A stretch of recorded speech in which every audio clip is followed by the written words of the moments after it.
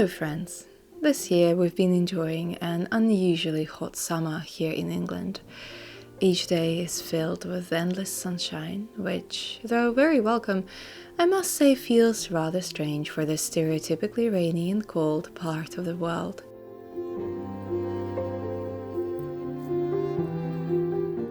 I live in a landlocked county, where sadly there aren't many opportunities for a refreshing wild swim, so shaded woodlands are my only sanctuary outdoors.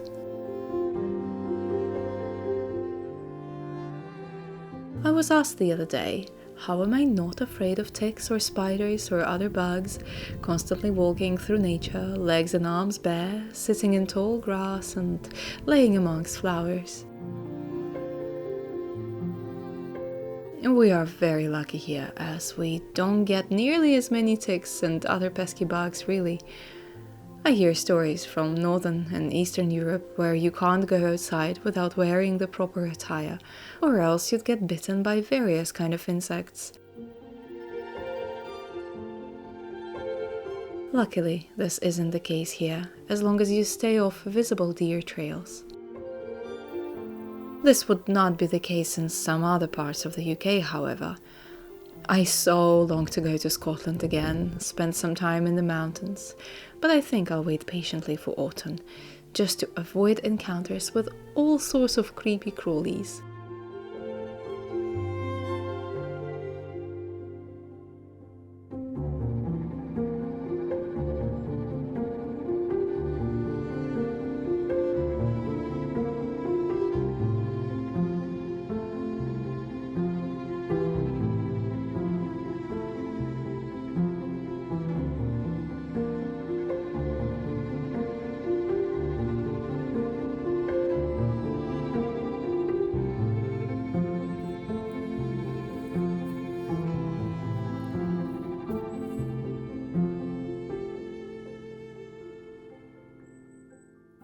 For now, I'll stop trying to change or hurry time and try to enjoy this warm summer to the fullest.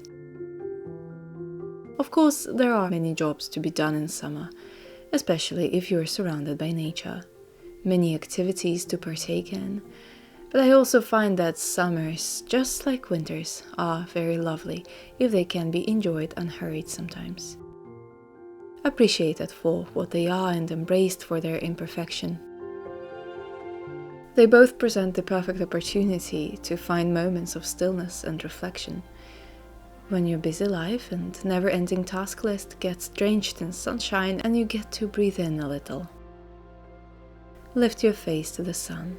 Realize that if you don't drink up the sweet scent of summer now, when you can, it will all end way too fast. That's what these long summer evenings are for, really.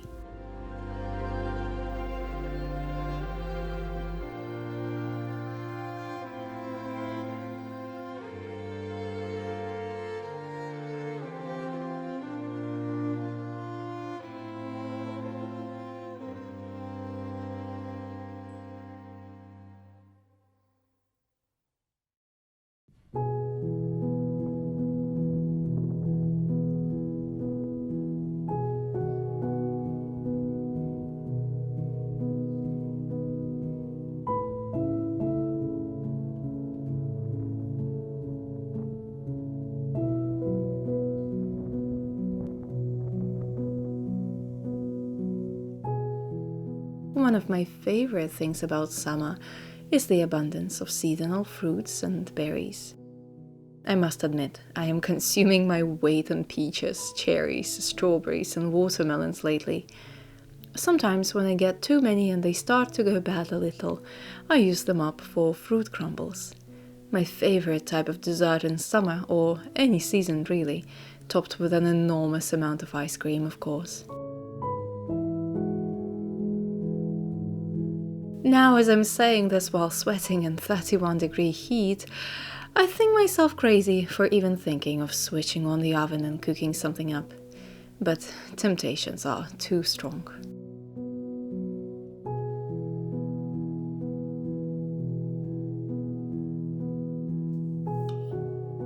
Today I had some peaches and nectarines that needed using up.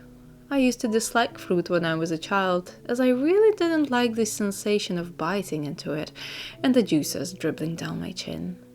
When, as an adult, I discovered that we have free will and my fruit can be cut into pieces and biting is not required, that was a big life changer for me. Anyway, back to peach and nectarine crumble. It's the easiest thing to make, as all you do is remove the pits, cut fruit up into small chunks, add sugar, cinnamon, and bake for a bit while you make the crumble topping.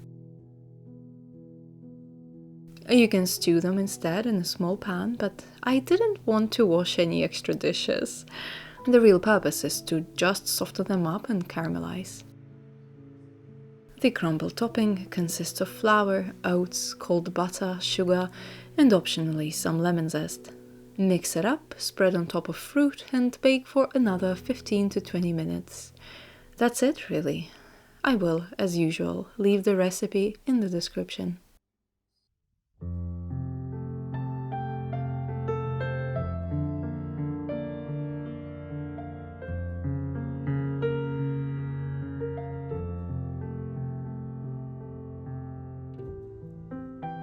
In the meantime, let's visit a beautiful Cotswold village called Snowshill.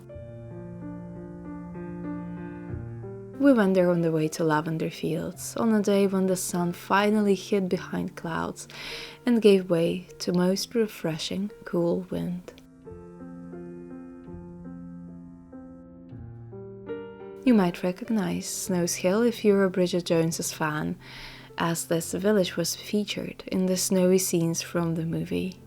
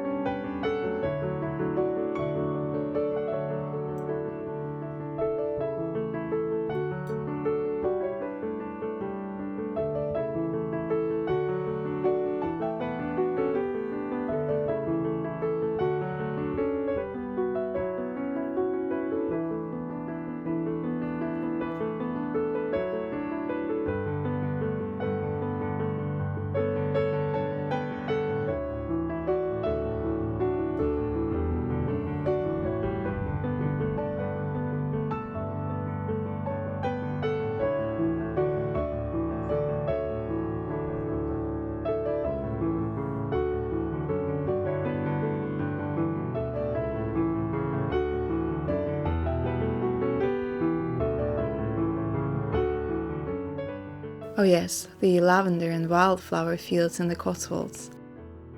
I've been meaning to visit for years already. Step into the rolling hills painted purple, inhale the calming scent and listen to bees hum quietly as they collect flower nectar.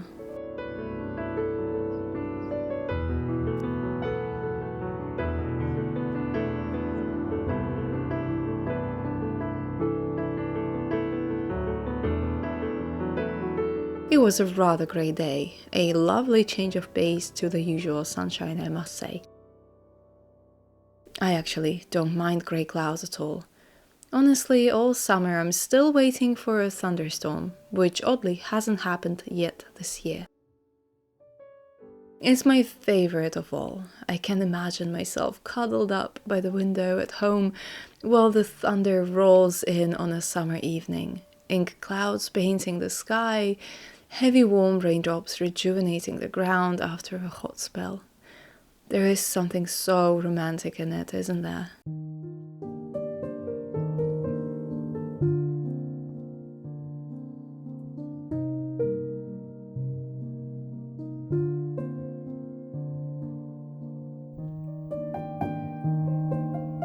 But alas, these slow, sticky, sunny summer days continue.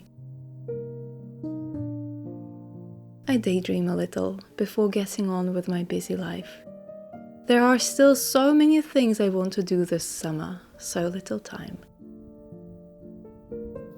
I get scared sometimes, worried a bit about the pace of the passing time, trying to grasp it, hold on to it, but it slips away regardless.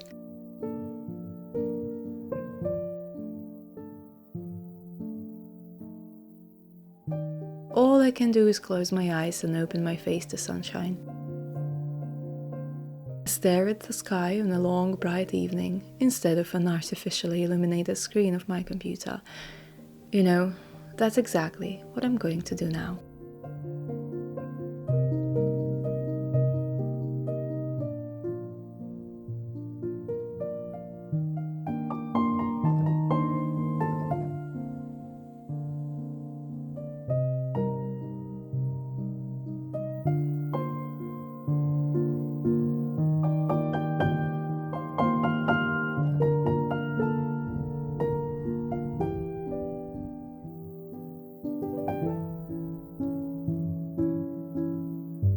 Thank you for being here with me today.